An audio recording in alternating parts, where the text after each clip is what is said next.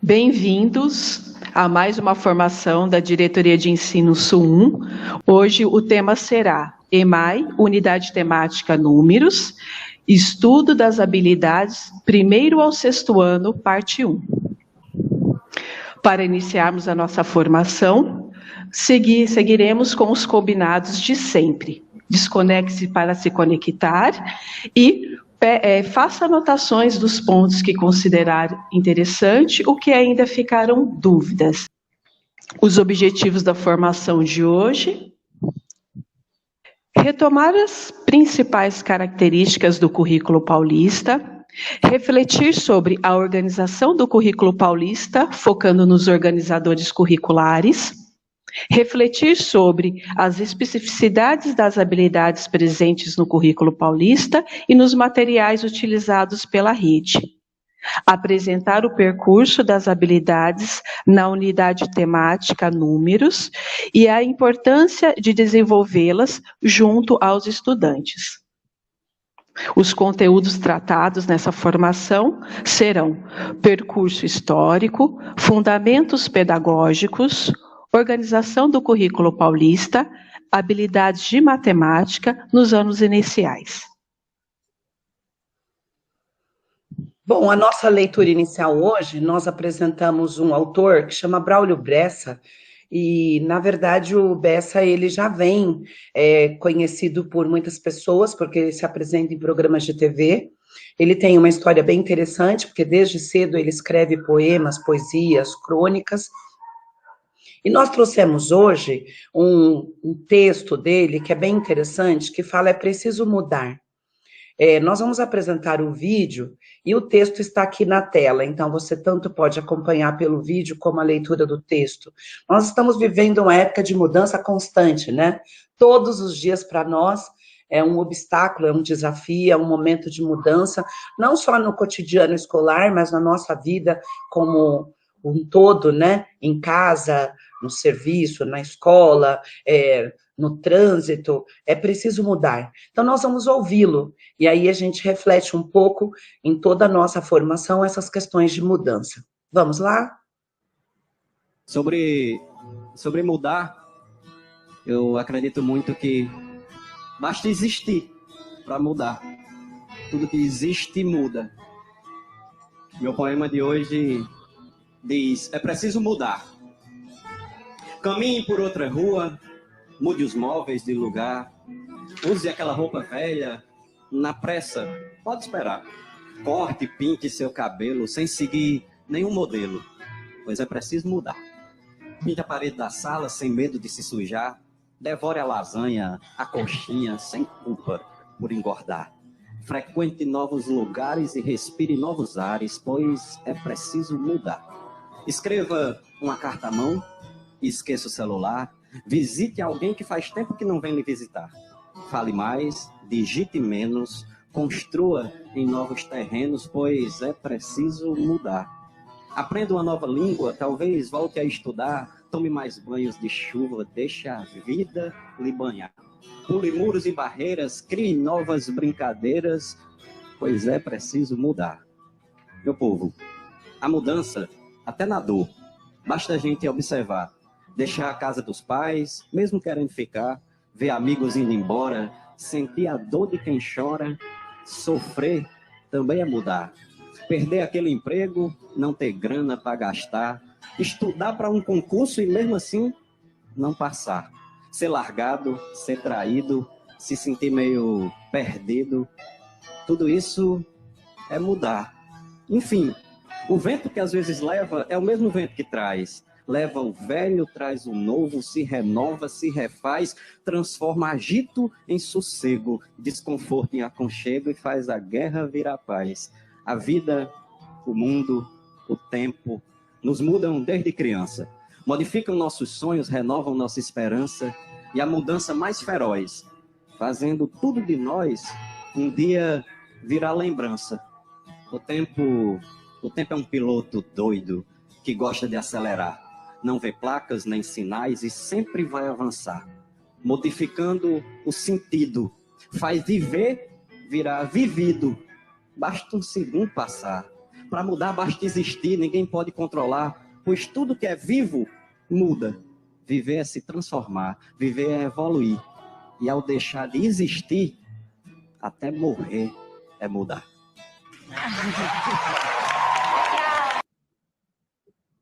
Bom, com essa leitura, nós fizemos uma provocação, né? E a gente assiste ele falando, a gente percebe que muitas coisas que ele fala fazem muito sentido agora, principalmente nas questões de perda, né? Quando a gente vê números enormes de pessoas que se foram com essa pandemia, mesmo não sendo nossos parentes ou não estando perto, a gente muda também, a gente fica mais alerta, a gente fica muito mais resiliente, a gente se coloca no lugar do outro, que é a questão da empatia. Então, que hoje, nessa formação, a gente pense um pouco que é sempre preciso mudar, basta existir. Então, vamos lá, vamos seguir com a nossa formação. Agora, para iniciarmos a nossa formação, nós iremos recordar um pouco a respeito de como foi a construção do currículo paulista, como foi o seu percurso histórico. Então, vamos fazer um apanhado geral do que aconteceu em 2018. Retomando um pouquinho, ao final de 2017, exatamente em dezembro de 2017, foi aprovado e homologada a Base Nacional Comum Curricular para todo o país. Então, em 2018, começou, né, a acontecer a elaboração dos currículos estaduais a partir da BNCC. Então, resumidamente, em 2018, nos mostra o percurso da construção do nosso currículo. As discussões ocorridas nas unidades escolares, nas diretorias de ensino de todo o Estado, né, a respeito da Base Nacional Comum Curricular, as discussões também que ocorreram sobre o currículo paulista, essa construção do currículo paulista, o que aparecia na BNCC, o que constou, né, na primeira versão do currículo paulista, e durante o ano de 2018 foram elaborados, né, a versão 1, versão 2 e a versão 3 deste nosso currículo.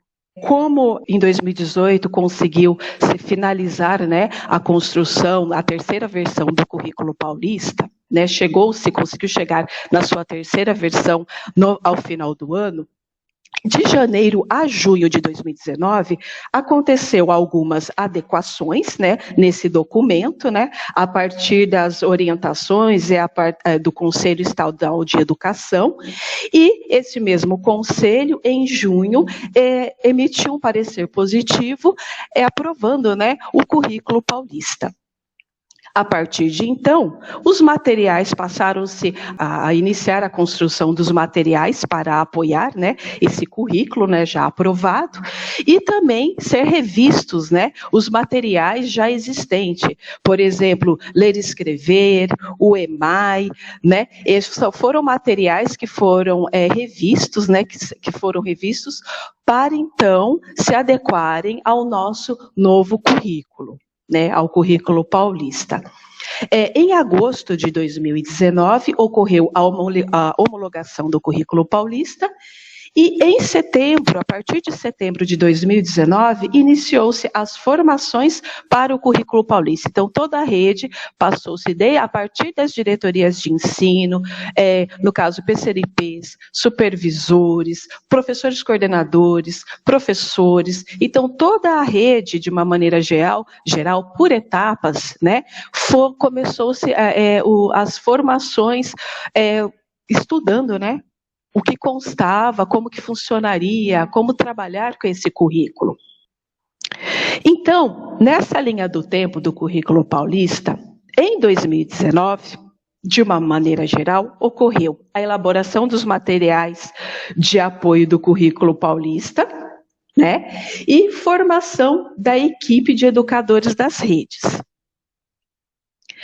Em 2020, veio a implementação do currículo paulista e reavaliar os documentos curriculares das redes. Então, a partir do momento que eu tenho um currículo novo, né, um currículo recente, baseado na Base Nacional Comum Curricular, eu também tenho todos os documentos já existentes em toda a rede, que eles devem ser revisitados, alguns já foram revisitados, outros estão sendo revisitados, para que todos esses documentos, né, mais o material utilizado por todos, né, pelos professores da sala de aula, também ser todos adequados a esse currículo, para atender as exigências desse currículo, consequentemente, seguindo as diretrizes da Base Nacional Comum Curricular.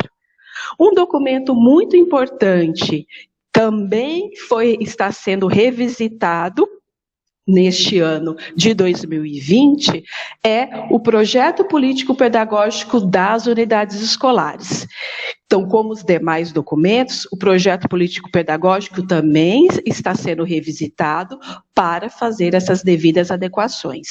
E, concomitante a isso, as formações dos professores frente a esse currículo, né, sobre esse currículo, e verificando também os materiais. Em 2021, para 2021, o que está previsto? Continuidade das formações dos professores e acompanhamento das ações de formação. Então, logicamente, as formações a respeito do currículo, como trabalhar as habilidades, como trabalhar as atividades, sequências de atividades. Então, consequentemente, isso será dado continuidade e está previsto também o acompanhamento das formações para todos, desde as diretorias de ensino até os professores, os coordenadores, todos estão inseridos nesse processo formativo. Para 2022, está prevista a primeira revisão da Base Nacional Comum Curricular.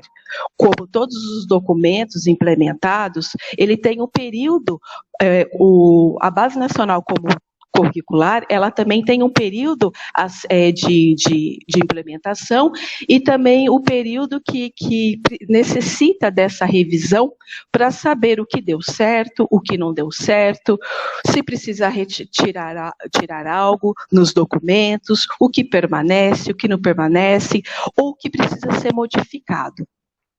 Para 2023, está previsto também a revisão do nosso currículo paulista, é uma ação prevista, e para 2024 está prevista também a revisão do Plano Nacional de Educação.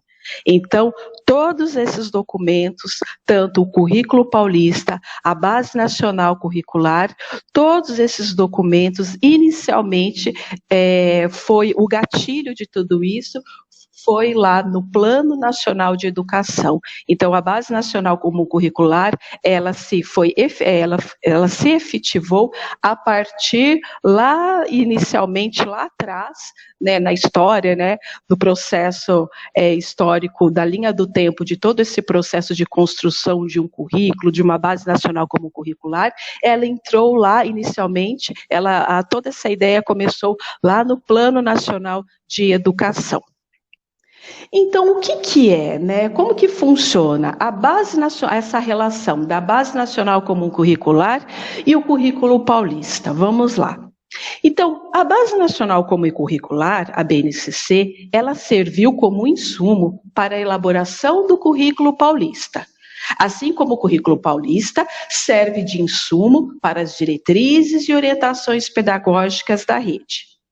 A partir das diretrizes e orientações pedagógicas da rede, a escola elabora seu projeto político-pedagógico, o qual, consequentemente, orienta o plano de ensino do professor, concretizando-se onde? No plano de aula do professor. Como que acontece esse processo? De uma forma resumida, eu tenho a Base Nacional Comum Curricular, que ela é o principal documento que vai direcionar todo o trabalho de todas as redes de ensino de todo o país. Então, para que ela serve? Ela define o que os alunos, os estudantes devem aprender ao final de cada ano, ao final da educação infantil. O que esses estudantes devem saber? Ao final do ensino fundamental, do primeiro ano, do segundo ano, o que eles devem saber? Terceiro ano, o que é o final do terceiro? E assim sucessivamente. Então, a base, ela é de uma maneira geral, explicando para vocês, professores, ela define isso. O que o meu aluno, ao final de cada ano de sua escolaridade, o que ela deve saber? O que os meus estudantes devem saber? Aí, para que o currículo vem? Aí, o currículo, atendendo as especificidades, cada currículo do seu estado. No nosso caso, o currículo ele atende às necessidades, às especificidades do currículo paulista do estado de São Paulo. Ele vem para dizer o como fazer isso. Então, enquanto a Base Nacional Comum Curricular, ela define o que cada estudante, dentro de cada um dos anos, e como ele deve terminar, o que ele deve saber ao final de cada um dos anos, o currículo, no nosso caso, o currículo paulista, ele nos traz o como fazer isso. Como meu aluno, como vamos fazer para que os nossos estudantes, eles consigam terminar cada um dos anos sabendo aquilo que é se exigido como um mínimo necessário para os nossos estudantes.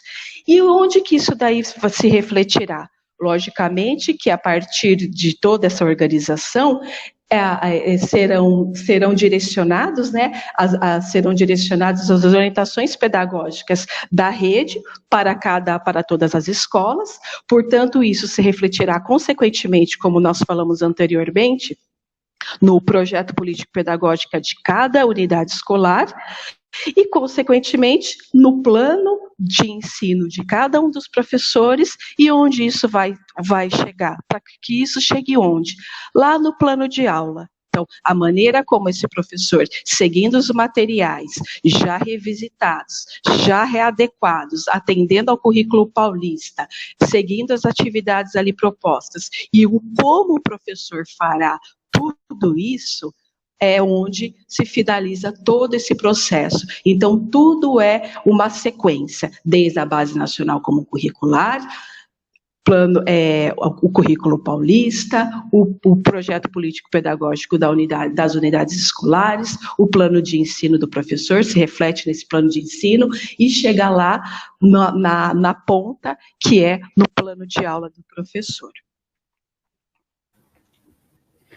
Então, pensando nisso, a gente vai falar um pouco sobre a estrutura do currículo. Por que a gente está retomando essa questão do currículo? Porque a gente tem ouvido muito falar nesses últimos tempos, principalmente nesse ensino remoto, em habilidade, em currículo, em como organizar essas habilidades. Então, a gente retoma um pouco de como foi feito todo esse processo, para a gente poder aprofundar agora como está estruturado esse documento e explicar para vocês qual é a função de cada habilidade, né, dentro desse documento, qual é a função dele. Então, a gente tem aqui nesse quadro a estrutura do currículo paulista.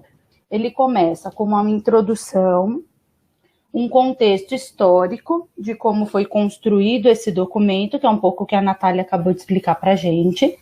Os fundamentos pedagógicos. Os fundamentos pedagógicos, eles se dividem em duas etapas, né? Na educação infantil e na etapa do ensino fundamental. Na educação infantil, nós temos a organização de um texto da etapa da educação infantil e, posteriormente, o organizador curricular do que se deve ser trabalhado nessa etapa da educação. No ensino fundamental, nós temos também um texto dessa etapa, que exemplifica o porquê a importância de trabalhar esse documento no ensino fundamental, uma apresentação de um texto por área de conhecimento. Após, nós temos um texto de componente por área, Então, no ensino fundamental, ele vai ser destrinchado. Então, cada componente curricular, cada área, vai ter o seu texto, né, introdutório, no caso, o texto por componente, e após essa introdução, o organizador por componente curricular. Então, quando a gente faz a análise desse documento, vocês podem ver lá, por exemplo, eu quero ver as habilidades de língua portuguesa. Então, vocês vão procurar no documento, vai ter o texto da área, o texto do componente de língua portuguesa e depois o organizador por componente. Seguindo isso, do primeiro até o 9º ano. Então, o que a gente tem? O organizador curricular. O que é esse organizador curricular, né? Ele está estruturado em campos de atuação, práticas de linguagem por ano, habilidades e os objetivos de conhecimento. Então, ele tem toda uma estrutura de tudo que precisa ser contemplado naquele ano ou série, né, específico. Então, como que acontece isso? Todas as habilidades que constam no currículo, elas precisam corresponder com a indicação dos processos cognitivos que estão ligados aos objetos de conhecimento. Então, todo esse percurso ele está interligado. A habilidade com o processo cognitivo dos objetos de conhecimento, que dialogam também com as competências gerais da educação básica e com as competências específicas do componente. Então, quando a gente analisa o documento, a gente tem toda essa estrutura. As competências gerais da educação básica que precisam ser atingidas, as específicas do componente e os objetos de conhecimento que precisam ser desenvolvidos com esses estudantes. E a gente desenvolve isso através do quê? Das habilidades com a indicação dos processos. Então, a gente precisa trabalhar essas habilidades para que todo esse conceito ele seja construído junto com os nossos estudantes. Então, eu vou explicar para vocês um pouco como aparece isso no currículo, né? Então, a gente tem aqui a seguinte estrutura. Ele aparece sempre um organizador. Esse daqui é um exemplo do de língua portuguesa, tá? Então, todos os anos, ele está organizado dessa maneira. Nós temos o campo de atuação, onde esse material precisa ser desenvolvido, né? Então, tem o campo de atuação.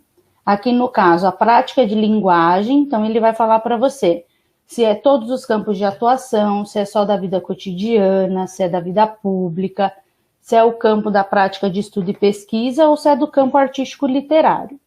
Depois ele vai explicitar se nós vamos trabalhar aqui, no caso, com as práticas de linguagem, de leitura, de escrita, oralidade, análise linguística ou semiótica, ou produção de texto. As práticas de linguagem, né, elas possuem, conforme o ano, algumas características específicas. Então, é como a gente tem, por exemplo, no nosso material do Ler e Escrever. Cada ano vai ter a sua característica específica para a gente trabalhar com essa prática de linguagem. Depois vem o ano correspondente àquela habilidade que precisa ser contemplada e a progressão das habilidades, né? A progressão horizontal e vertical dessas habilidades. Eu vou explicar um pouquinho melhor aqui na frente.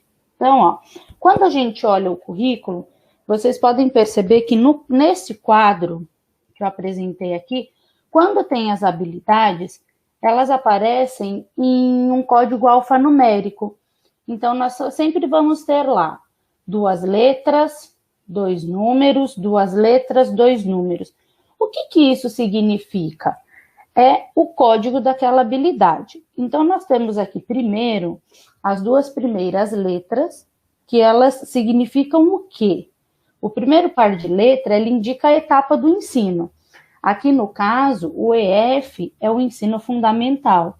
Se eu tivesse analisando o ensino infantil, apareceria o EI, Educação Infantil. No caso aqui, a gente tem o EF, que é ensino fundamental. Então, a etapa do ensino é que se refere àquela habilidade.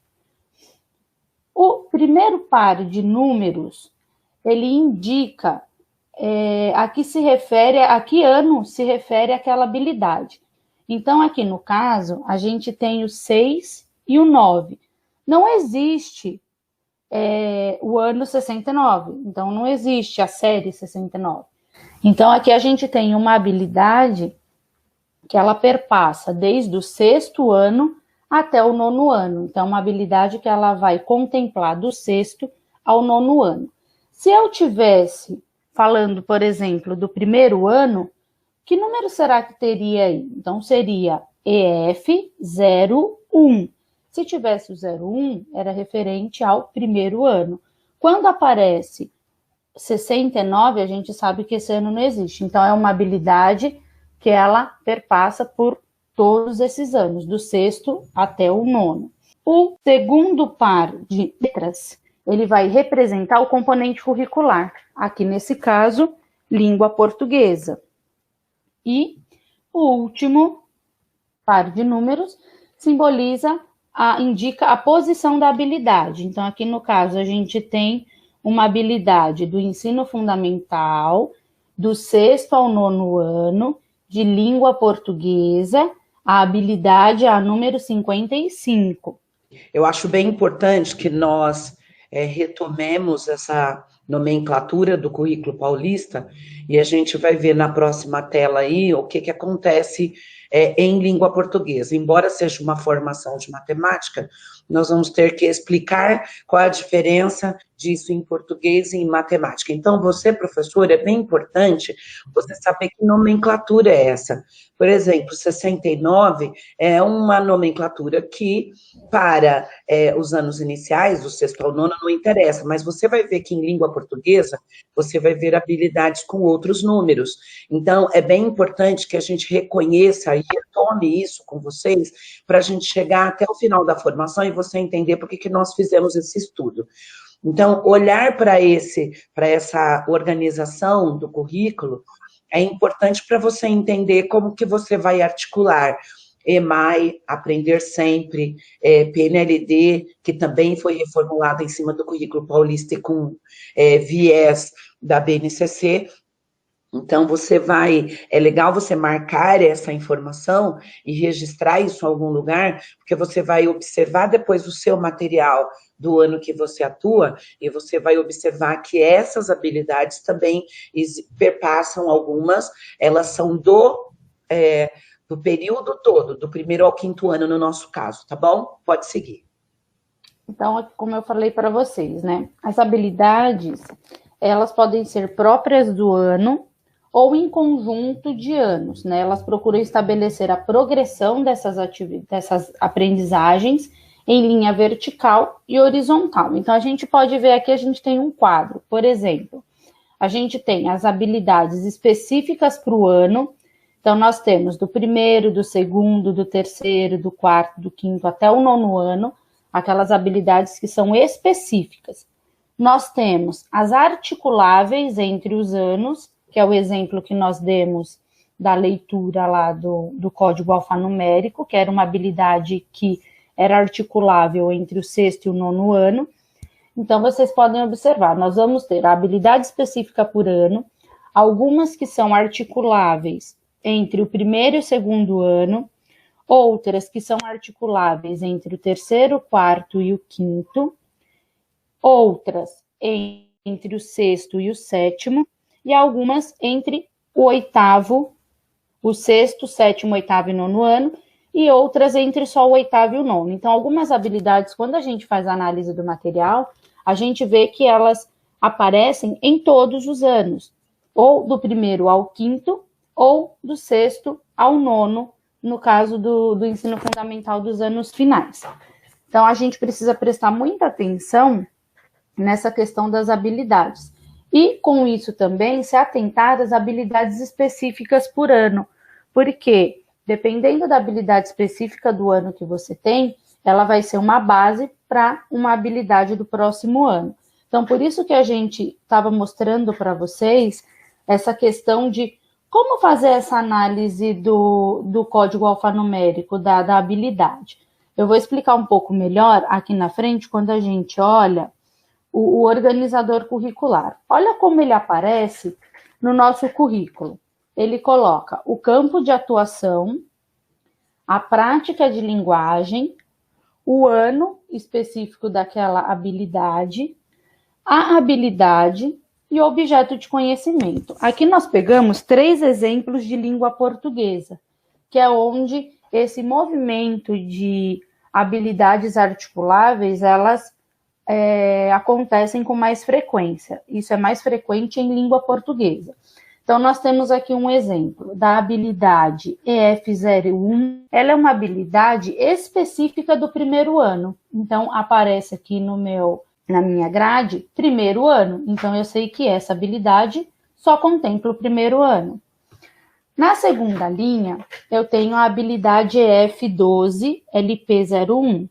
Ela já vai contemplar, ela já vai ser articulável entre o primeiro e o segundo ano. Então, quando eu fizer a análise dessa habilidade, ela vai aparecer sempre no primeiro e no segundo ano.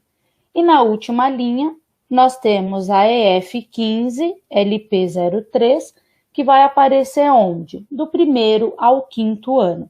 Então, se a gente for fazer a leitura desse código, como a gente explicou lá em cima, se vocês analisarem, na primeira linha ela aparece EF01. O 01 é só do primeiro ano. Na segunda linha, ela aparece EF12, o 12, que é do primeiro e do segundo ano. E na última linha, EF15, é uma habilidade do primeiro ao quinto ano. É nessa perspectiva, né, Aline, a gente percebe aonde que estão algumas considerações importantes. Exemplo, compreender o sistema de escrita alfabético, ela é muito própria do primeiro ano. Em compensação, na habilidade EF15, que é do primeiro ao quinto ano, localizar informações explícitas em textos diferentes gêneros textuais, que é da área do conhecimento, do objeto de conhecimento, que é uma estratégia de leitura, ela começa no primeiro e termina no quinto ano. E como a Aline falou, isso é muito próprio de língua portuguesa. Então, a gente está mostrando isso para vocês perceberem que quando a gente olha um material, principalmente os de introdução, né, na capa do material onde vem as habilidades, a gente tem que olhar para essa habilidade e perceber, essa habilidade é só do meu ano que eu estou trabalhando? Ok.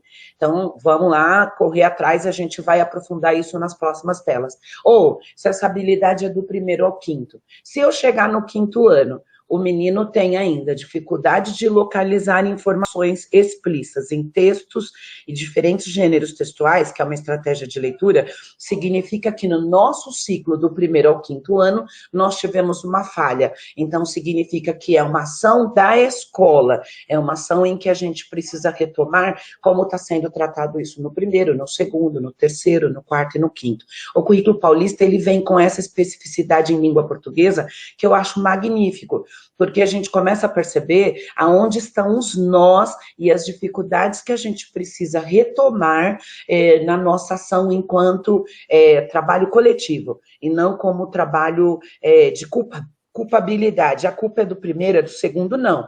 É uma culpa do ciclo enquanto um todo, tá? Pode seguir, Aline. Isso mesmo, Cláudia. E a gente vê, o legal dessa habilidade que a gente pôs como exemplo, né, que ele fala da questão dos gêneros, que a gente localiza as informações desde o primeiro ano, só que com diferentes gêneros textuais, né? Então, é uma habilidade que você vai desenvolvendo com, por exemplo, uma parlenda, um bilhete no primeiro ano, até você conseguir chegar lá no quinto ano com um texto jornalístico, um texto científico. Então, essa habilidade, mesmo que ela seja a mesma do primeiro ao quinto ano, no caso, o gênero textual muda um pouco, né, e ela acaba se tornando um pouco mais complexa a questão da localização da estratégia de leitura desse aluno, dependendo do gênero que a gente trabalha. Aí eu vou mostrar para vocês agora a de matemática. A de matemática, ao contrário de língua portuguesa, ela só apresenta o ano específico, a habilidade específica de cada ano. Ela não tem essa interação entre um ano e outro, entre aspas. Por quê? A gente vai explicar isso para vocês mais para frente. Apesar das habilidades elas não serem articuláveis entre os anos, assim como língua portuguesa, a gente vai ver mais para frente que mesmo não sendo articulável, elas acabam se complementando. De um ano para o outro, elas acabam se complementando. E se a gente não dá conta dessa habilidade em um ano, no próximo ele fica em defasagem. Mas a estrutura da nossa organização das habilidades no currículo, ela também é parecida. Em matemática, ela é organizada pelas unidades temáticas. Aqui nós pegamos um recorte da unidade temática de números. Então, vocês vão ver lá, a gente vai ter em blocos todas as habilidades de números, todas as habilidades da unidade temática de geometria, de álgebra, então ela vai estar sempre em blocos. A leitura dela aqui, ela muda um pouquinho, o código alfanumérico. Então, o que vai mudar quando a gente fala no código alfanumérico das habilidades de matemática? Em vez do LP, na segunda dupla de letras, a gente vai ter o MA, que se refere ao componente curricular de matemática, tá? Mas a estrutura, ela segue a mesma. A unidade temática, o ano específico que aquela habilidade precisa ser desenvolvida, a habilidade em si e os objetos de conhecimento. Agora nós vamos falar das competências específicas de matemática, tá? Nós vamos passar para vocês um vídeo da professora doutora Arlete, onde ela explica para a gente o que são essas competências dentro do currículo.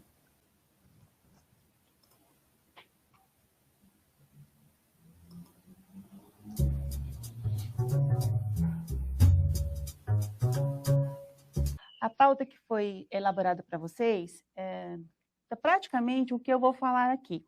Então, eu vou pedir que vocês, a gente vai, nesse momento, utilizar a habilidade da escuta, tá? Que vocês prestem atenção no que eu vou ler, e conforme eu vou lendo, ao final, assim, tipo, 10 segundos, vocês vão fazer um desenho do que eu estou lendo, ok? Então, vamos lá. A gente precisa ouvir para ver se faz sentido para cada um de vocês. Nesse texto que eu vou ler, tem muito significado e tem muita matemática nele, tá? Então, vamos lá.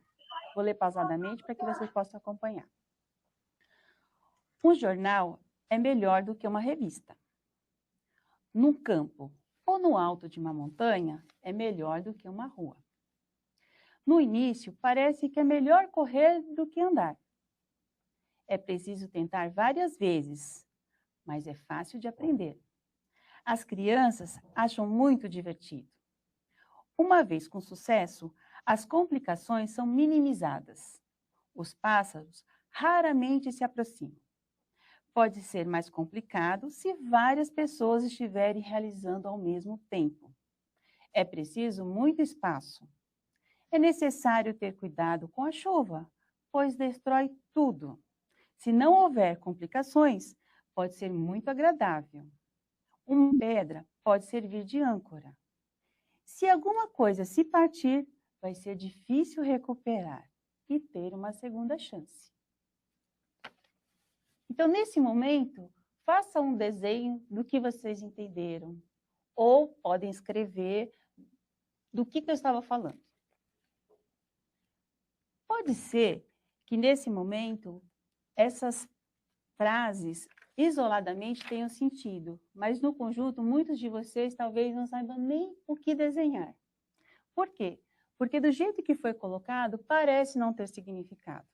Mas se eu disser que esse texto trata-se de uma pipa, se eu ler o texto novamente, vai ter um significado para vocês. Então, quando eu disse assim, olha, um jornal é melhor do que uma revista, agora parece que vai fazer sentido.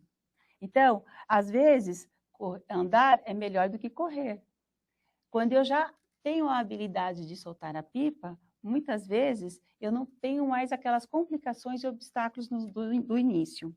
Uma outra coisa interessante aqui é quando ele diz assim, muitas pessoas ao mesmo tempo podem trazer complicações.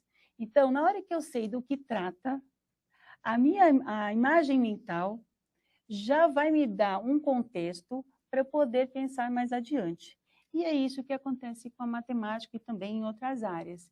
Se a gente não tem um repertório, muitas vezes o professor pode falar de muitas coisas em relação à matemática, mas se esse estudante que está lá sentado não tiver esse repertório, ele não vai entender. Então, muitas vezes, não é que ele não queira fazer, é talvez ele não tenha essa compreensão. Por isso que, quando eu escolhi para a gente começar pensando nesse significado, a ideia é que eu preciso pensar na matemática desde a educação infantil, anos iniciais, fundamental, porque nessa trajetória ele precisa ter um repertório. E quem dá esse repertório? Nós, professores. De outra maneira também, que a gente precisa pensar, é na progressão das aprendizagens. O que tem a ver a progressão? Vamos pegar um caso típico, geometria. Ele viu lá na educação infantil algumas coisas, ele manipulou, né? Mexeu com as formas, mas não precisa nomeá-las. Ele vai para os anos iniciais, ele já começa a ter um outro contexto, estou falando especificamente das formas, e depois ele vai para os anos finais. Nessa trajetória, ele vai assimilando, né? Vai criando um repertório, porque lá na frente, quando um professor fala, olha, um quadrado, um círculo, um retângulo, ele já tem essa imagem mental, de alguma forma, constituída, para dar continuidade à ampliação, né, desses conhecimentos. Então, nesse sentido, quando a gente fala do significado da matemática, é porque existe todo um percurso necessário e fundamental para que esse estudante tenha aí uma trajetória de aprendizagem significativa. Tá? Mas como é que eu vou pensar numa aprendizagem significativa? No nosso caso, especificamente na matemática, para dar uma diretriz para o nosso trabalho, o Currículo Paulista apresenta lá 8 competências específicas. Tá? Fiz uma escolha aqui, nós temos 8. Eu escolhi 2, de forma que vocês possam fazer uma conexão com uma atividade e a competência. As outras competências, vocês devem ter recebido do PCNP ou do supervisor que está com vocês, a lista, né, a lista das 8 competências. Não vou passar por todas, mas nós vamos fazer aqui uma conversa sobre as atividades que podem sim colaborar para o desenvolvimento dessa competência. Deixar claro que uma única atividade não vai dar conta, né? Então, é interessante que a gente converse isso com os professores para fazer essa reflexão. E outra coisa importante, as competências, elas têm que ser pensadas ao longo dessa trajetória escolar. Ah, ele está no 6º ano, vou trabalhar a competência. No 7º, no 8º, no 9º. Então, é um conjunto de situações que vamos pensar juntos para que essas competências sejam desenvolvidas ao longo dessa trajetória. Então, vamos começar ali na competência 1. Reconhecer que a matemática é uma ciência humana, fruto das necessidades e preocupações de diferentes culturas em diferentes momentos históricos, e é uma ciência viva, que contribui para solucionar problemas científicos e tecnológicos, para alicerçar descobertas e construções, inclusive com impactos no mundo. Veja, no momento que eu trabalhar essa competência, ela é ampla. Então, muitas vezes eu não vou dar conta de trabalhar tudo de uma vez. Então, nós vamos trabalhar aqui, vamos dar um exemplo para vocês, para pensar nessa questão, por exemplo, das diferentes culturas e que a matemática é uma ciência viva. Nós vamos, 2 minutinhos, um vídeo que vai trazer essa relação, lembrando que é uma única atividade, então ela sozinha não vai dar conta, mas para vocês conseguirem relacionar a competência 1 com uma atividade possível na sala de aula.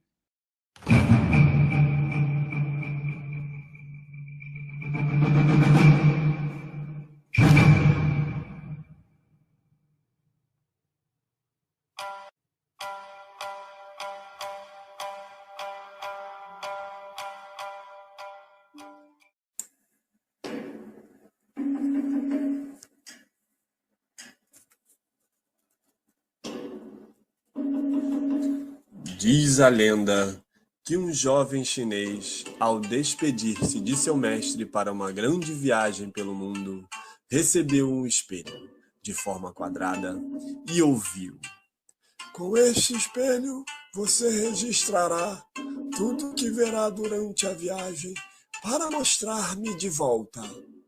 O discípulo, surpreso, indagou: "Mas, mestre, como com um simples espelho poderei eu lhe mostrar tudo o que encontrar durante a viagem? No momento em que dizia esta pergunta, o espelho caiu-lhe das mãos, quebrando-se em 7 peças. Então o mestre disse: agora, com estas 7 peças, você poderá construir figuras a ilustrar o que verá durante a viagem. E assim, o jovem foi ilustrando as figuras que foi vendo e formou o Tangram. Com essa descoberta, os chineses passaram o Tangram para todo mundo e com isso ficou muito famoso.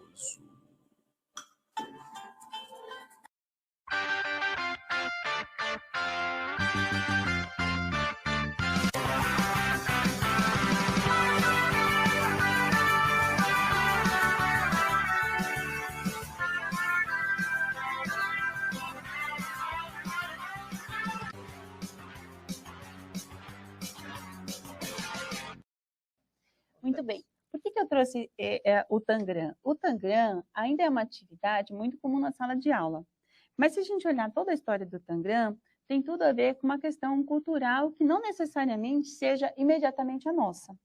Então, nesse sentido, é possível trabalhar essas competências olhando a questão histórica, olhando também as descobertas recentes nas ciências em relação à matemática, né? A gente não tem só uma matemática do século XV, do século XVI, do século XX, a matemática está acontecendo ainda. E esse vídeo também eu trouxe por conta da gente olhar e pensar assim, eu sou formador, como que eu posso exemplificar isso para o professor? Primeiro, o professor vai se identificar com o Tangram, mas também ele vai se identificar que isso faz parte de uma história. Ele pode utilizar outras. Então, é só para a gente tentar fazer uma conexão do que as competências trazem e como que a gente pode buscar uma forma de trazer isso mais perto da sala de aula, tá? Mas só para a gente falar um pouco rapidamente da 2 e da 3, que parece, né, que é sempre óbvio fazer esse desenvolvimento do raciocínio lógico, mas eu preciso fazer isso de forma intencional. Se eu achar que eu estou fazendo uma atividade só e dizer assim, olha, eu desenvolvi o raciocínio lógico, eu não sei. Mas na hora que eu faço um planejamento de forma intencional, isso sim pode me trazer um feedback do que aconteceu na minha aula.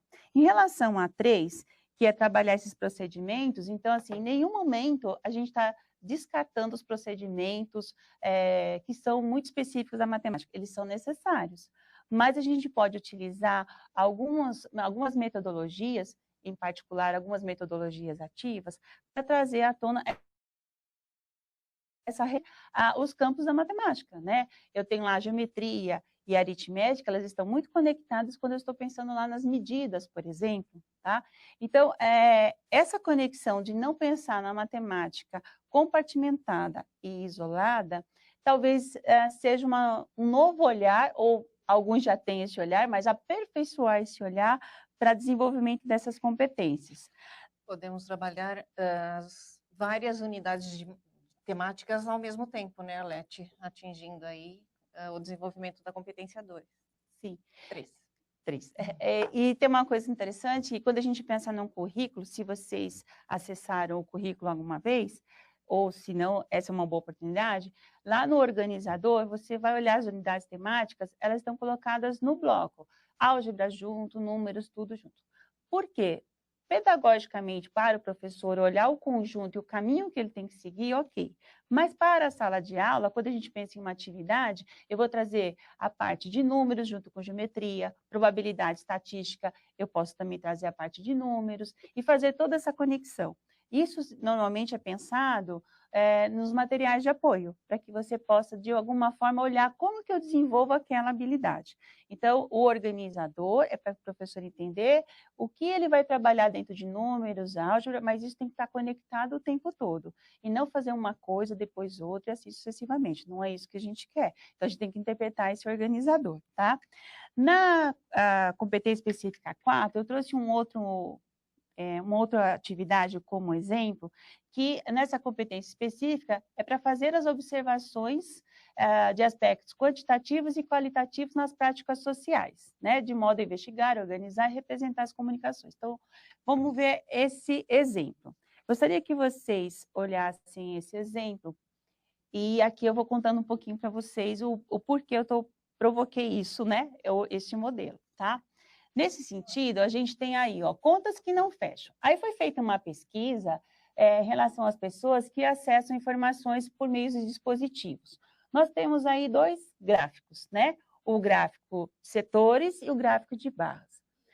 Lá na competência, ele fala um pouquinho da questão das práticas sociais. Então, se olhar o gráfico de setores, eu tenho ali uma coisa interessante, né? Curiosa, porque 88% está me dando a metade, né? O computador, 69%, como é que é essa divisão que está aí em 69%? Mas tem outro detalhe, na hora que eu faço a soma, essa soma não me dá 100%. Então, nesse sentido, o estudante precisa tomar algumas decisões. Por exemplo, olha o gráfico de barras. Nesse sentido dessa pesquisa, ele é mais interessante, porque muitas vezes a pessoa entrevistada, ela pode ter utilizado 2 ou 3 dispositivos, então vai aparecer normalmente essa quantidade nesse sentido de olhar, olha, mais acesso ao computador. Então, quando eu estou trabalhando lá a probabilidade estatística, e eu vou trabalhar com esse aluno uma questão de vários tipos de gráficos, por exemplo, não é só fazer o gráfico, né? Ele precisa tomar uma decisão, ó, fiz uma pesquisa, ok? Qual é a forma que eu vou me comunicar? Qual é o melhor caminho para comunicar? Ou qual é o recurso que eu vou fazer a comunicação desse resultado? Então, se a gente não provocar, né, lá no nosso estudante, que ele tem os tipos de gráficos, porque cada um tem uma função específica para uma boa comunicação de um resultado, por exemplo, de uma pesquisa, a gente não está fazendo muita investigação, provocando que ele reflita sobre a questão da sua escolha. Uma das competências que nós temos é tomar decisão. Como é que eu tomo decisão numa sala de aula? Fazendo exatamente esse movimento. Será que o que é melhor? Né? Nesse caso, nesse exemplo que eu dei para vocês, o gráfico de setores não é adequado, né? Até pela sua própria definição e essência, e na hora que eu vou fazer a divisão das partes, eu tenho todo lá um contexto que eu preciso seguir e chegar ao 100%, que não é o que ocorre nesse momento aqui, ok? E aí eu tenho lá as competências 5 e 6, né? Das 8 das específicas de matemática, que fala de utilizar as ferramentas matemáticas nos cotidianos, as 6, enfrentar situações, problemas, né, complexas, e inclusive em situações imaginadas. Essa parte é interessante, porque muitas vezes a gente conversa com o professor e no caso de formação dos professores, então ele fica sempre pensando numa situação para contextualizar a matemática. E às vezes existem situações que elas causam mais problema do que a matemática para ser resolvida. Então, nesse sentido, a gente pode ter, sim, situações imaginadas para poder fazer um contexto, desde que ela seja coerente com o que a gente está pretendendo naquele momento. Fazer registros dos gráficos, usar gráficos, tabelas, expressões, tudo isso está nesse contexto aí da competência específica 6. E aí eu tenho lá a 7 e a 8, que trabalha exatamente a desenvolver os projetos, né, sobre as questões de urgência social. A gente tem que pensar também na matemática, a função social da matemática, como que essas pesquisas, esses números impactam socialmente. Na 8, interagir com os pares de forma bem cooperativa, e aí acho que tem a ver com a gente trabalhar um pouco a colaboração entre os alunos, entre os professores, para a resolução de problemas, né? Considerando aí essas 8 competências, aí a gente tem lá como que ficou organizado o currículo paulista, tá? Então, ele está organizado da seguinte maneira: em unidades temáticas, que são assim, dentro de cada unidade temática tem as ideias fundamentais da matemática, que aparece em vários momentos: equivalência, ordem, proporcionalidade, aproximação, variação, interdependência e representação. Como é que eu vou olhar essas ideias temáticas? Elas estão organizadas nos objetos de conhecimento, e todo esse contexto orientou aí a formulação das habilidades que precisam ser desenvolvidas ao longo do ensino fundamental. Nesse sentido, vamos olhar um pouco como que funciona essa questão da habilidade. Por que a gente vai falar um pouco sobre isso? Porque o professor, às vezes, se ele quiser fazer um planejamento olhando com lupa uma habilidade, ele pode escrever o seu planejamento tendo em mente o que ele quer desenvolver. Por exemplo, ó, como que se dá esse objetivo das aprendizagens aí? Quando eu vou fazer uma habilidade, eu preciso de um processo cognitivo. Esse processo cognitivo é um verbo. O objeto de conhecimento que vocês têm em mente, que é o conteúdo, por exemplo, eu coloquei ali, resolver problemas envolvendo cálculos de medidas. E o modificador. Como ficaria essa habilidade? Ó, resolver problemas envolvendo cálculos de medidas de perímetros e áreas. Eu posso usar o mesmo verbo, o mesmo processo cognitivo, o mesmo objeto de conhecimento, alterando o modificador. Por exemplo, resolver problemas envolvendo cálculos de medidas de volume. Então, o que acontece? Eu estou com o mesmo processo cognitivo, estou movimentando esse objeto de conhecimento e eu posso fazer essa alteração no modificador. Essa é uma estrutura que a gente tem lá nas habilidades do currículo paulista. Por que é importante o professor entender isso? Porque o processo cognitivo, muitas vezes, é aquilo que, em determinados momentos, eu, professora, consigo visualizar a demanda do aluno, o que ele está fazendo. Só que hoje, só para abrir um parênteses, nós não vamos trabalhar só com o processo cognitivo em sala de aula. A gente também tem lá as competências socioemocionais. E na sala de aula, como que ela se consolida?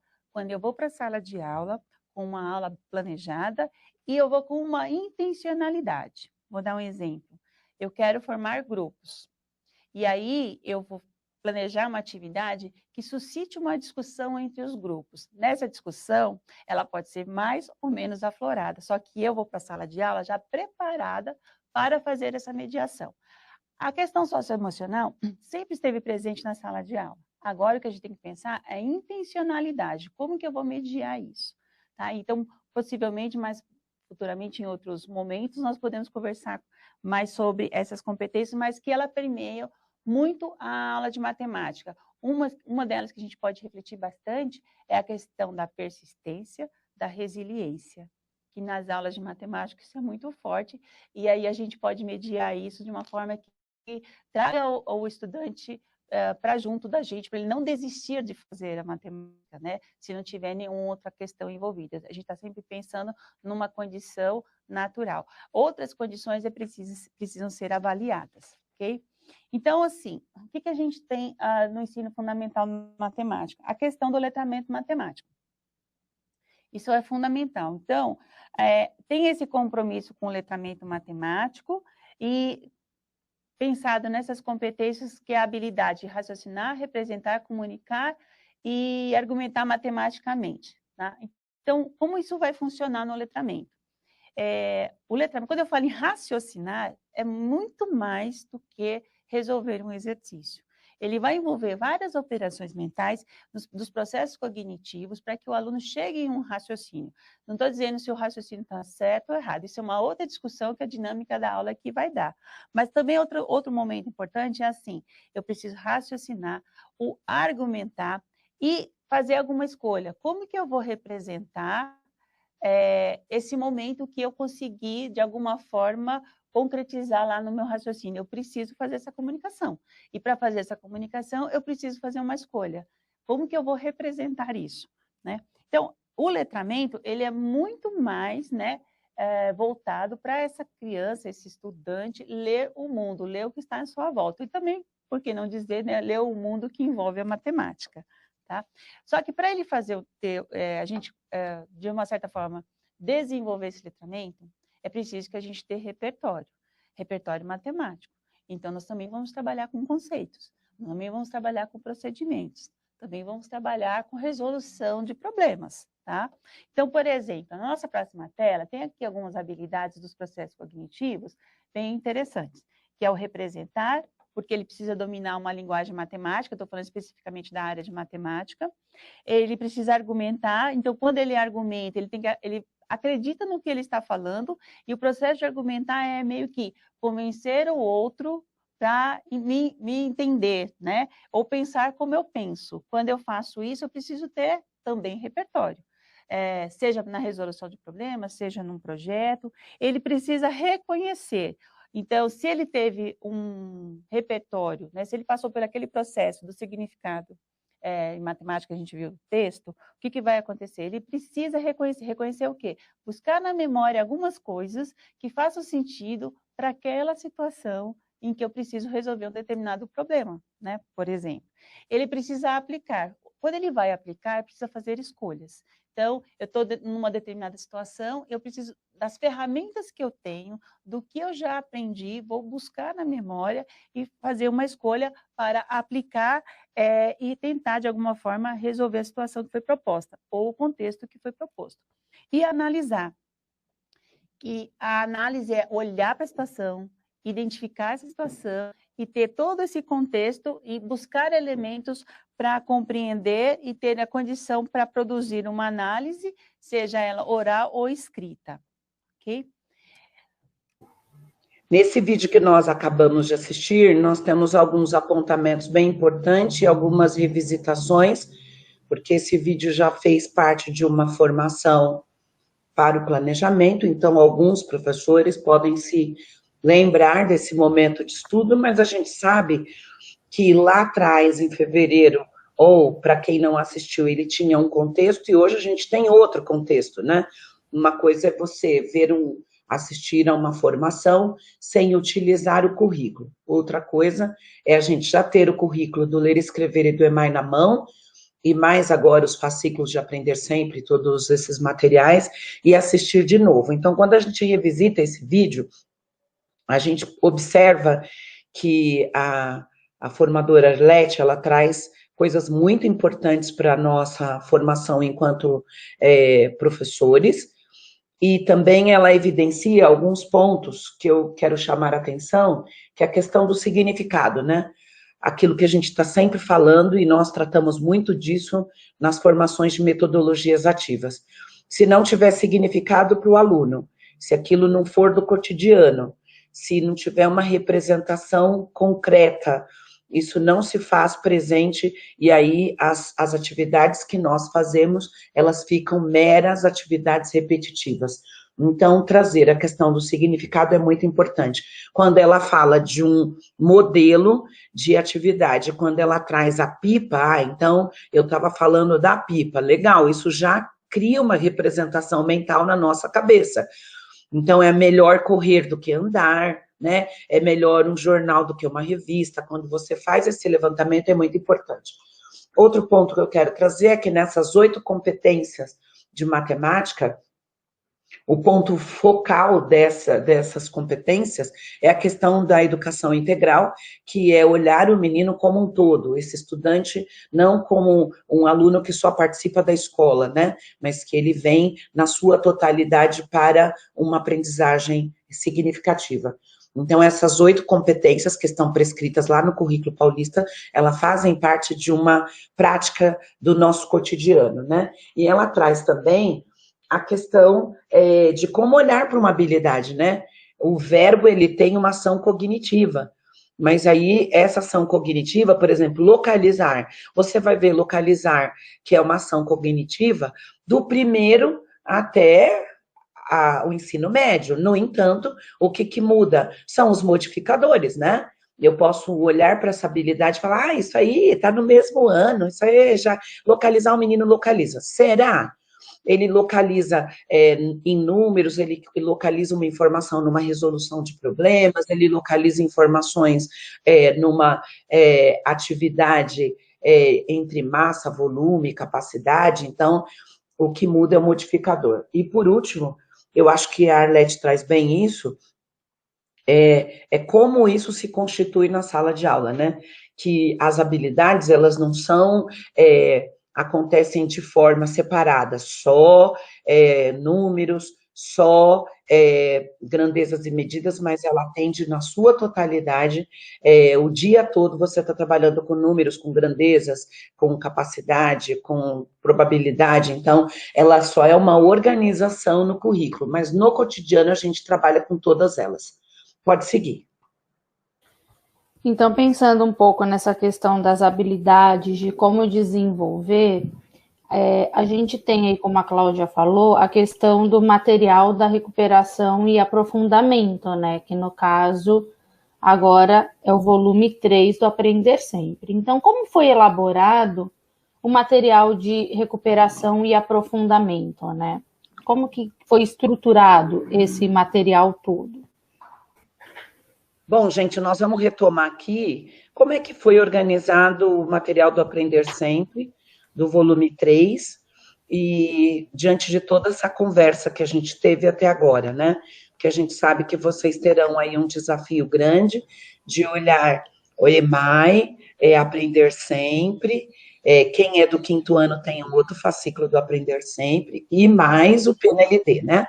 Então, vamos falar um pouquinho, e talvez a gente consiga articular com vocês como é que a gente faz tudo isso.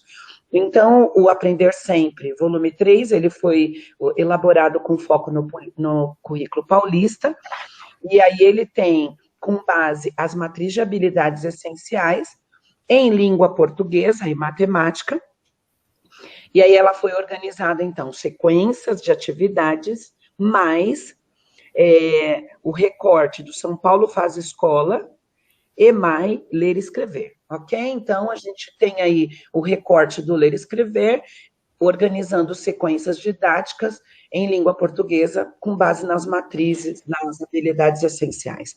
Diante de tudo isso, nós temos aí também o material do PNLD, Sociedade e Natureza, e do São Paulo Faz Escola, que é para o 6º ao 9º ano, que foi organizado também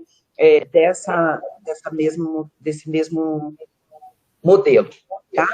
Com tudo isso, nós, então, vamos avançar para explicar o que são essas habilidades essenciais que acabou ficando aí dentro de um quadro que desde o começo do bimestre, do primeiro bimestre, nós temos recebido, né? Como que que são essas habilidades essenciais?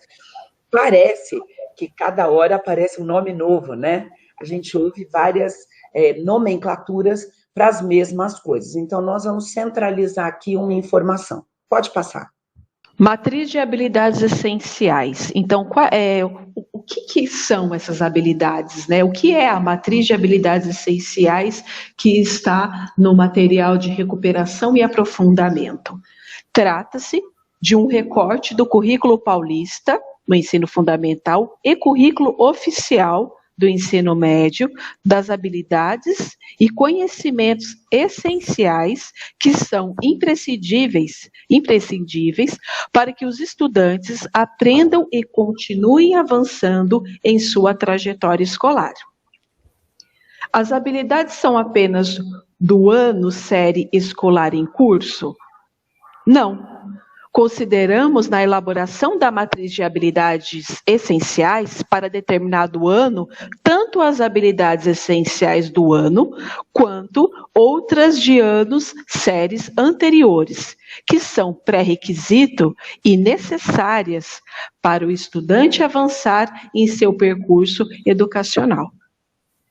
Bom, em linhas gerais, então, a gente tem aí o que são essas habilidades essenciais, e a gente precisa deixar bem claro que eu não vou trabalhar só com o material do Aprender Sempre quando a gente retornar no presencial, né? A gente vai ter que olhar o presencial, essas habilidades, mas também eu tenho que olhar para o nosso currículo do cotidiano, né? Que é o Ler e o EMAI. Lembrando que como a gente vai estar tanto em atividades remotas como em atividades presenciais, quando eu elaboro a minha rotina, eu tenho que olhar, essa habilidade é essencial para no Aprender Sempre, mas eu também tenho aí o trabalho do Ler e do EMAI, que também são habilidades que podem até estar presentes também no Aprender Sempre, mas com uma outra conotação dentro do currículo e com outro viés dentro dos seus encaminhamentos. Vamos para o 3 e para o 4 para a gente continuar discutindo o que são essas habilidades essenciais. Então, na matriz de habilidades essenciais, então, por que priorizar as habilidades essenciais do currículo? Com a suspensão das atividades presenciais, o tempo pedagógico foi modificado e, mais do que nunca, tornou-se importante priorizarmos as aprendizagens essenciais para nossos estudantes continuarem sua trajetória com sucesso. A matriz de habilidades essenciais servirá para quê? Ela orienta a produção do material didático de recuperação e aprofundamento de língua portuguesa e matemática e a sugestão de seleção feita pela SEDUC de trechos dos materiais regulares. Vai orientar as avaliações diagnósticas, intermediárias e de processo produzidas pela SEDUC e orientará a frente de formação, dando coesão e coerência para as ações. Nessa questão aqui, você pode estar perguntando, né? Nossa, mas a gente tem tanto material para trabalhar e nessa questão de pandemia, a gente tem clareza que muitos professores tiveram dificuldade de trabalhar com o LER e com o EMAI na forma digital no primeiro bimestre. Né? Então, muita gente acabou trabalhando com atividades paralelas ou só com PNLD até que começou a distribuição do material.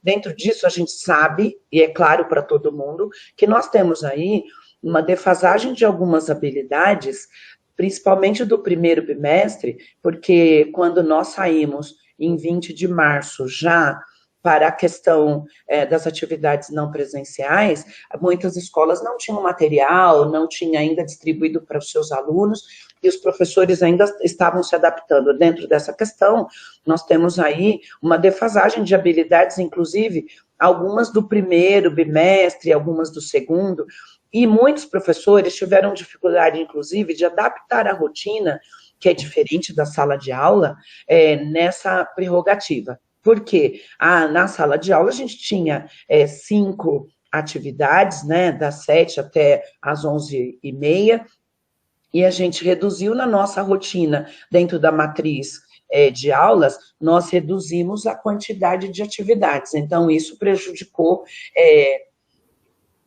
o trabalho do professor. Diante disso, nós temos habilidades que estão em defasagem. Então, a gente precisa olhar para esse material do Aprender Sempre, olhar essas habilidades e verificar quais que a gente tem que dar muito foco para os alunos, principalmente o pessoal do primeiro e segundo ano, em que os alunos não tiveram trabalho com as tampinhas, a gente demorou para elaborar a questão dos números, a gente ainda também percebe que mesmo com as avaliações da AP que aconteceram diagnóstica primeiro bimestre, a gente percebeu que alguns pais ajudaram e que não foi tão claro aquilo que o aluno realmente sabe. Então, hoje, nós temos como desafio trabalhar com as questões das habilidades essenciais. Habilidades que o aluno não pode deixar de terminar o ano corrente sem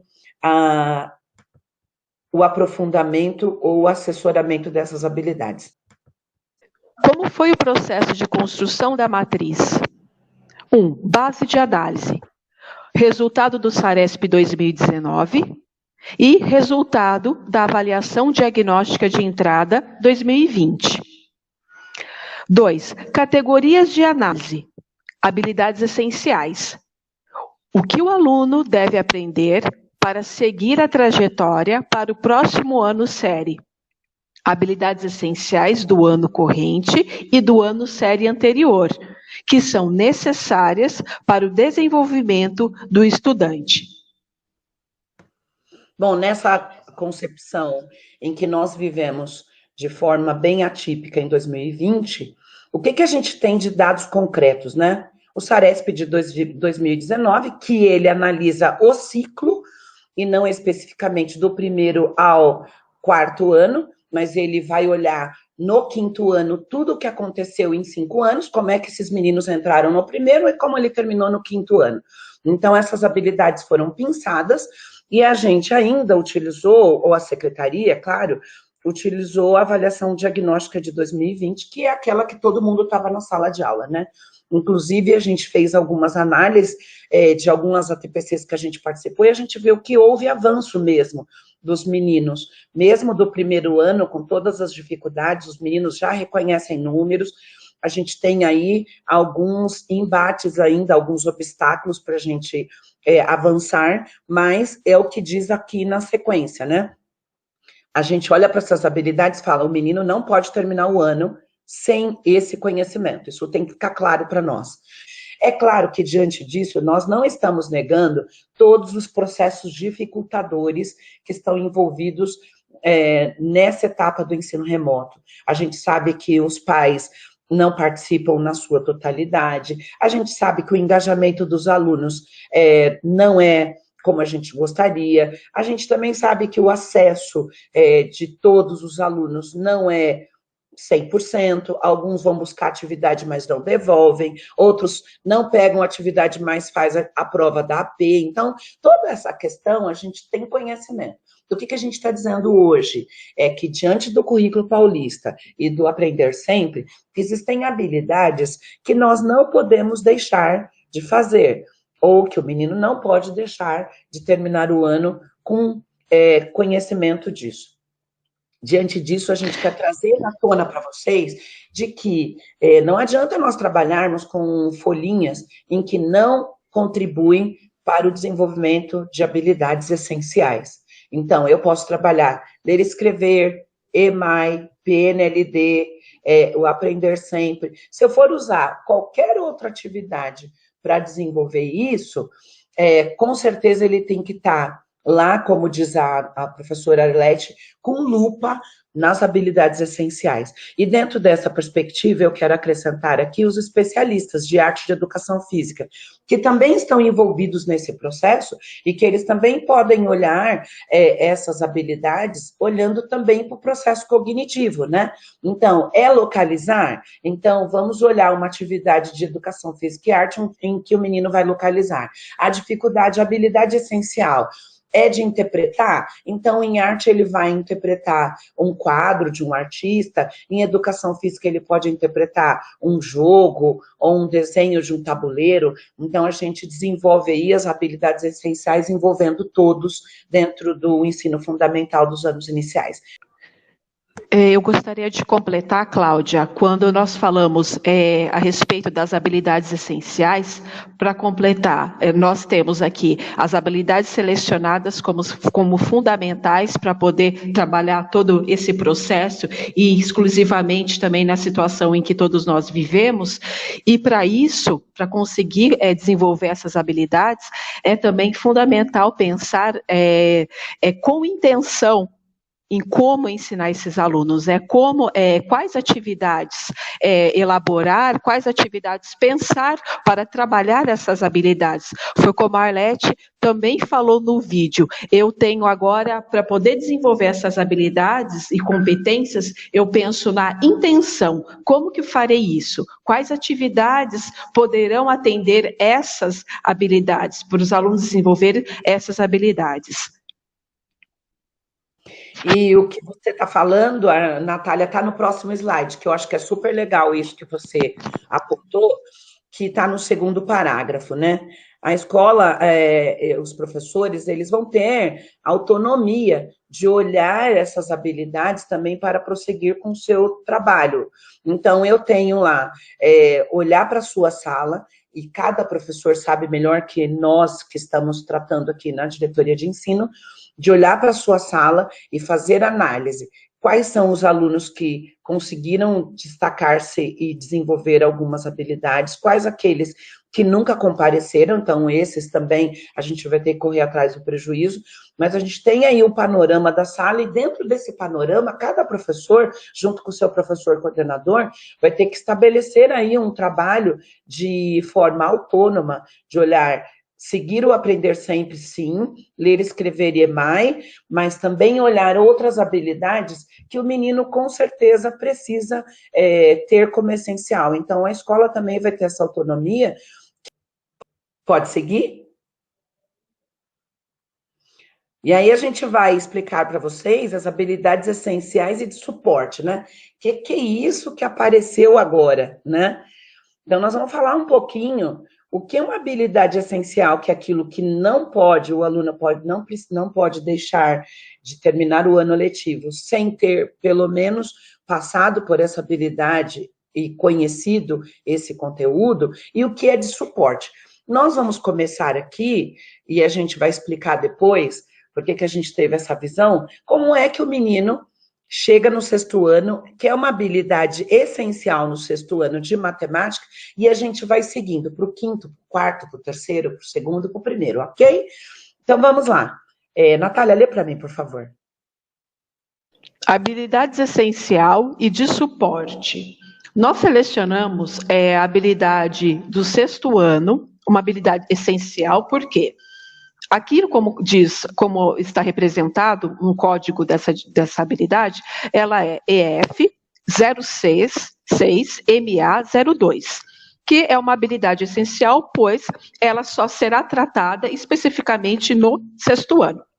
Como que é essa habilidade? Qual é a descrição dela, né? Reconhecer o sistema de numeração decimal como fruto de um processo histórico, percebendo semelhanças e diferenças com outros sistemas de numeração, de modo a sistematizar suas principais características, base, valor posicional e função do zero, utilizando, inclusive, a composição e decomposição de números naturais e números racionais, em sua representação decimal. Bom, aqui, então, nessa habilidade, o processo cognitivo aqui é reconhecer, ou seja, o verbo que está dizendo no 6º ano é reconhecer. E vocês vão observar, a gente depois vai detalhar, quantos conteúdos o menino no 6º ano tem que trabalhar dentro do sistema de numeração decimal para reconhecer. Então, ele tem que reconhecer a função do zero, o valor posicional, tem vários aqui modificadores do conteúdo, né? Vamos agora para o 5º ano, Aline, pode continuar. Aí nós vamos para o 5º ano, né? Como eu havia explicado lá no início, a gente colocou uma habilidade essencial do 6º ano. Agora vocês vão ver que agora a gente nomeia elas como habilidade de suporte. O que é isso? São habilidades que o aluno precisa desenvolver nos anos anteriores, antes dele chegar no 6º ano e desenvolver aquela habilidade essencial do 6º ano. Então, a gente vai aqui agora ver a habilidade que dá suporte no 5º ano para com que ele atinja aquela habilidade que é essencial no 6º.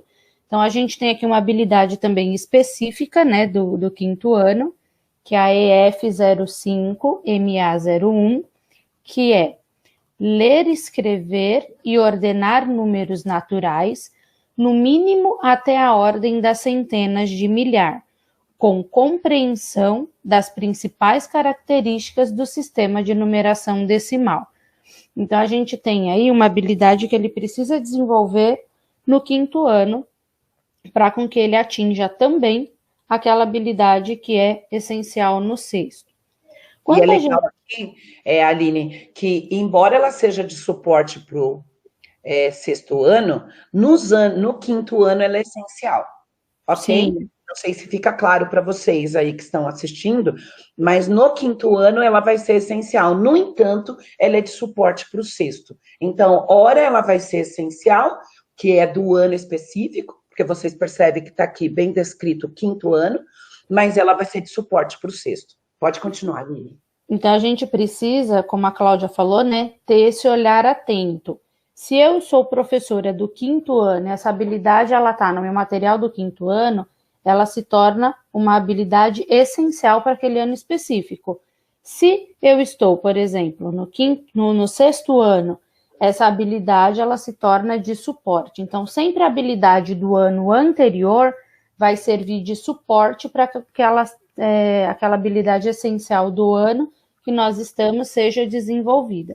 Aqui, no caso, nós nomeamos todas como de suporte, porque a gente está focando na habilidade essencial do 6º ano. Então, para a gente desenvolver aquela do 6º ano, nós temos todas essas anteriores como suporte.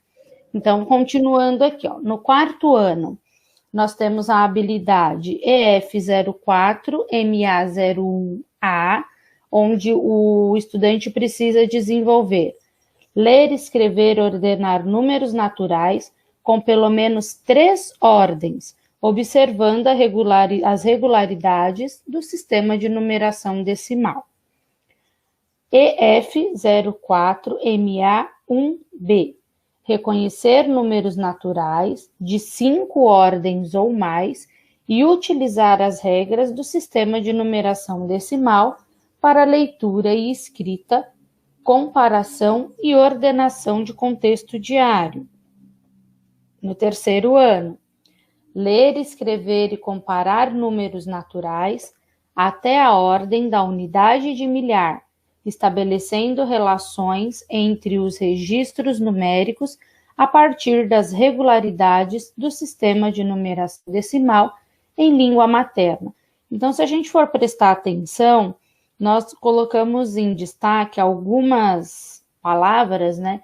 Que se vocês forem observar, a habilidade, apesar dela ser parecida, ela vai aumentando o seu grau de complexidade. Então, vamos lá para o 2º ano, que vocês vão conseguir compreender melhor essa análise que nós estamos fazendo. 2º ano, comparar, ordenar e registrar números naturais até a ordem das centenas, pela compreensão de características do sistema de numeração decimal, valor posicional e função do zero. E no 1º ano, comparar os números naturais de até 2 ordens em situações cotidianas com e sem suporte da reta numérica. Então, se nós formos fazer toda essa análise das habilidades que precisam ser essenciais em cada ano, todas elas vão servir de suporte para aquela habilidade do 6º ano. Então, se a gente observar, no 1º ano, ele fala que o aluno precisa, como a gente já falou, vamos observar o verbo lá, ó. Ele só compara os números de até 2 ordens. No 2º ano, ele já precisa comparar, ordenar e registrar esses números naturais, até a ordem das centenas. No 3º ano, a gente já tem que ler, escrever e comparar, até o quê? Até a unidade de milhar. Já aumentou um grau aí de dificuldade. No 4º ano, reconhecer os números naturais de 5 ordens ou mais, ler, escrever e ordenar os números naturais com pelo menos 3 ordens. E no 5º ano, ler, escrever, ordenar, no mínimo, até a ordem das centenas de milhar. Então, se a gente observar, todas essas habilidades, elas vão se complementando. Apesar dela ser essencial em cada ano, uma do ano anterior acaba servindo de suporte para outra. Se eu não trabalho todas essas habilidades com o meu estudante do 1º ao 5º ano, quando eu chego lá no 6º ano, olha como já é complexa a habilidade. Ele já vai precisar reconhecer o sistema de numeração como fruto de um processo histórico, perceber as semelhanças e as diferenças com os outros sistemas de numeração, de modo a sistematizar suas principais características com base, valor posicional, função do zero, utilizando inclusive a composição e decomposição dos números naturais e números racionais em sua representação decimal. Então, para que esse aluno ele desenvolva essa habilidade essencial do 6º, eu preciso percorrer todo esse processo, desde o 1º até o 5º ano, para que no 6º ele dê conta dessa habilidade que é dada como essencial. Por isso que a gente fala que é muito importante a gente fazer essa análise.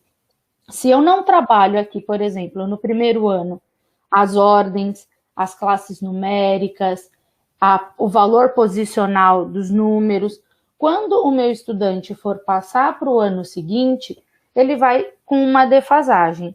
Aí a gente entra naquele processo de recuperação e aprofundamento, né? Como a Cláudia gosta de colocar, a questão da vacina, né? Então, se o meu estudante chega no segundo ano, ele não viu a habilidade do primeiro, eu vou precisar dar uma vacina para ele. Eu preciso fazer com que ele tire aquele tempo que ele perdeu. Se ele viu mais ou menos e não se apropriou, eu só dou um reforço. Então, a gente tem que olhar com muita atenção tanto a questão da habilidade de suporte da essencial e sempre ver o que foi trabalhado no ano anterior para ver se o meu estudante tem aquela base de suporte para a habilidade do ano ou não. O que eu quero acrescentar aqui nessa condição é quando nós paramos no sexto ano, não foi com foco dizendo que no sétimo, oitavo e nono não tem. Existem habilidades, mas nós paramos no sexto porque há um buraco entre o quinto e o sexto ano, e aí essa é a maior dificuldade que a gente tem de fazer essa organização do currículo, que não é mais com foco só no primeiro ao quinto ano, e que, bom, o menino vai para outro ano, ele que se vire lá e continue com seus professores. Não, o currículo, ele está em espiral, por isso que a gente até usou essas setinhas, ou seja, esse menino vai no primeiro, segundo, terceiro, e vai até o fim da vida olhando números. Agora, é o que o vídeo que a gente assistiu disse, apontou. Essas habilidades da unidade temática de números, ela não acontece de forma estanque, né? Ela acontece em todos os momentos, em todas as unidades temáticas. Quando eu estou trabalhando com grandezas e medidas, eu estou trabalhando com números. Quando eu estou trabalhando com medidas de capacidade, estou trabalhando com números. Quando eu estou trabalhando com álgebra, dentro de um pensamento algébrico, eu também estou trabalhando com números. Então, é muito importante a gente olhar para o aluno, como o currículo fala muito, de uma forma integral, ou seja, ele é um ser humano que está ali na nossa sala e que ele não vive só dentro da sala numa caixa de vidro, e aí, com certeza, ele tem outras referências, outras relações humanas que facilitam esse conhecimento. Porém, o foco do sexto ano, ele vem para dizer como que essa habilidade ela fica complexa quando eu olho tudo. Ela engloba tudo que o menino aprendeu do primeiro ao quinto ano. E aí, é por isso que a gente tem a responsabilidade nos anos iniciais de a gente partir agora para olhar com mais atenção para essas habilidades que são essenciais. Pode continuar, Aline.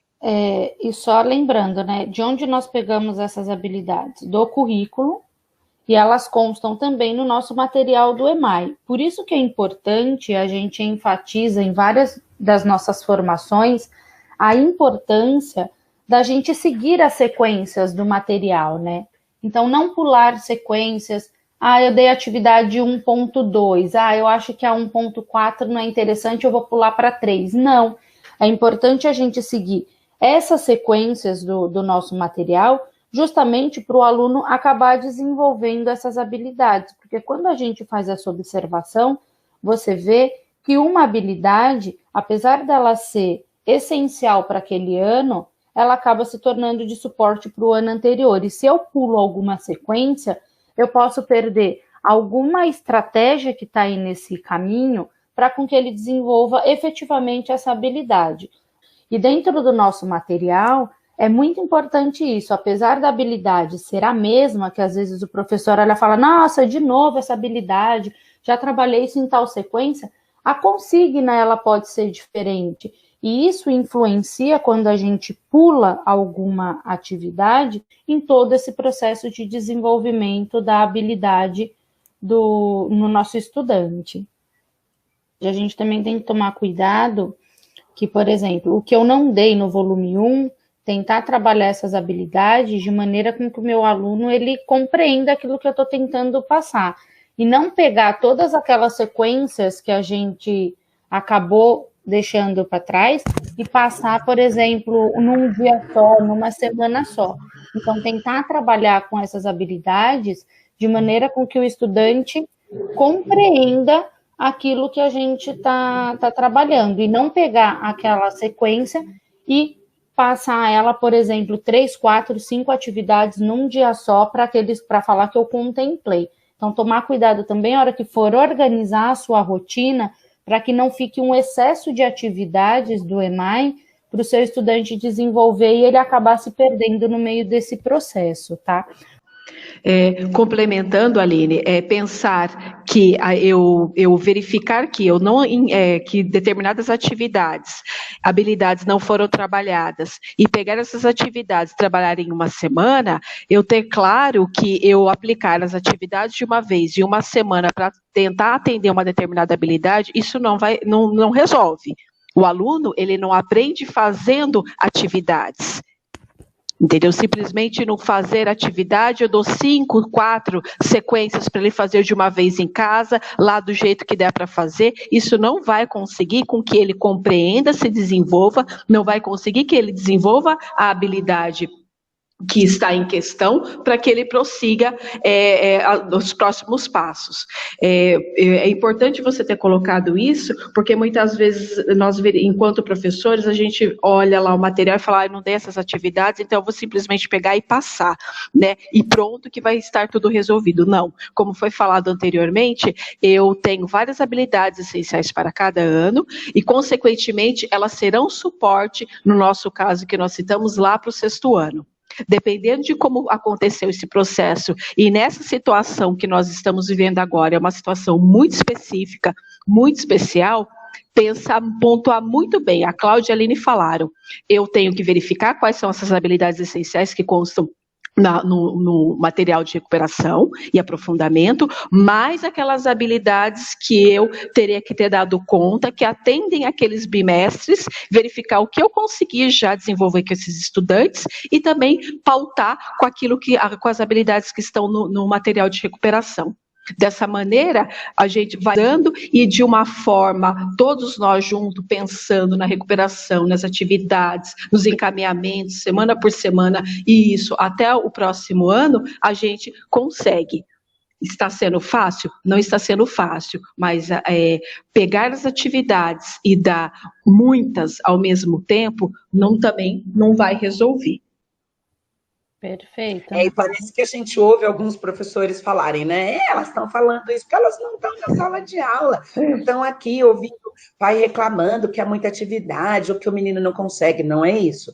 Nós estamos dentro de uma formação docente em que a gente já foi discutindo lá desde o começo por que a gente retomou o currículo, o que são habilidades essenciais. Então, é nesse foco que a gente vai observar. O que é essencial para o primeiro bimestre que a gente tinha que fazer. Não fez? Ok, então tico o que é essencial. E olho também para o processo cognitivo. Que verbo que tinha que fazer? Era localizar? Ok, o menino já sabe localizar. Ah, mas ele não sabe agora realizar uma divisão. Eu posso terminar o ano letivo falando que eu dei campo multiplicativo se o menino não sabe divisão? Não. Então, eu vou trabalhar divisão com esses meninos, dentro de comparação, de divisão de objetos. Ele tem que sair, pelo menos, com a visão do que é a propriedade da divisão, entendeu? Então, a gente está dizendo que a gente vai ter que fazer uma análise detalhada de tudo isso, e esse é o nosso desafio. Então, a gente vai passar para vocês agora, para fazer o fechamento dessa reflexão, mais um trechinho da professora Arlete, onde ela fecha todo esse pensamento da discussão que nós fizemos hoje, referente à importância das habilidades, a importância desse olhar das habilidades do ciclo, do olhar em espiral, e eu sempre ter esse cuidado para não pular as minhas sequências e fazer com que o meu estudante desenvolva efetivamente o que está sendo solicitado para aquele ano onde ele se encontra. E assim, a gente tem uma coisa muito clara na cabeça, que é assim, eu não preciso desenvolver tudo ao mesmo tempo, né? As habilidades, se vocês consultarem lá o currículo paulista, a ideia é que, na hora que eu trabalhar essas habilidades, todas conectadas, a intenção é que, ao longo do percurso escolar, essas competências sejam consolidadas ou sejam desenvolvidas. Por isso, o que a gente espera dessa etapa final, né? Nos anos iniciais, que esses estudantes tenham consolidado as aprendizagens anteriores por meio de práticas, ampliando aí a sua autonomia intelectual. Nos anos finais, que eles tenham retomado e ressignificado essas aprendizagens dos anos iniciais em contexto de diferentes áreas e ampliar esse repertório também no sentido da resolução de problemas, utilizando a matemática e aplicando os seus conceitos. Ao final do ensino fundamental, que eles tenham desenvolvido essa capacidade de identificar oportunidades de utilização da matemática para resolver e formular problemas, interpretar em contextos diferenciados e para tentar também dar condição para ele continue aprendendo, né? No caso, no ensino médio. Só uma coisa que a gente precisa reforçar. Quando a gente diz assim, lá nos anos iniciais, que ele tenha consolidado as aprendizagens anteriores, é que na educação infantil também a gente consegue trabalhar a matemática. Então, assim, ele vai classificar, olhar quem é o maior, quem é o menor, ele vai trabalhar com figuras e fazer empilhamento. Tudo isso pode dar para essa criança a questão, por exemplo, de noção espacial. Então, interagindo e brincando, nesses exemplos que eu dei, ele também está aprendendo matemática de uma forma diferente. Por isso, quando a gente fala, ele vai para os anos iniciais, ele vai consolidar, então. Vamos voltar lá no nosso primeiro texto para a gente fechar a nossa conversa. Eu vou dando, aos poucos, repertório, significado, e este estudante, ao longo da trajetória, ele vai, de uma certa forma, consolidando essas aprendizagens e utilizando no percorrer aí na sua trajetória escolar.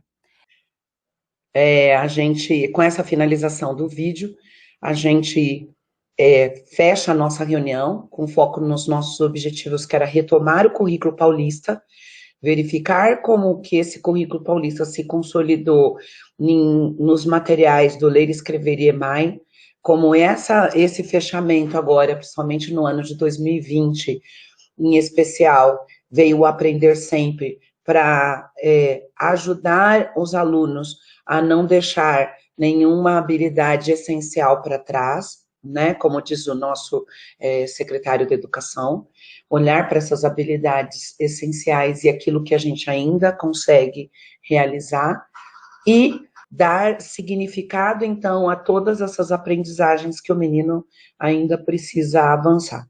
Diante disso, eu agradeço o trabalho, a atenção de vocês, a paciência de ouvirem a nossa discussão, alguns professores que já conhecem esse trabalho aí, mas a gente quis aprofundar a questão das habilidades essenciais e por que agora a gente tem que olhar para todo esse contexto que nós estamos e revisitar o nosso trabalho para a gente dar continuidade ainda nesses meses que faltam e no subsequente, que é 2021.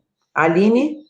A gente vai deixar para vocês o link, né, com os materiais para vocês acessarem o PPT, o apontamento de presença, como sempre, né? Nessa formação específica, nós não teremos o link de avaliação, então vocês só precisam preencher o apontamento de presença. E também queria agradecer a participação de vocês aqui em mais uma formação da nossa diretoria. Muito obrigada e bom trabalho a todos. Nath? Mais uma vez, obrigada pela participação. Bom trabalho para todos e até a próxima formação.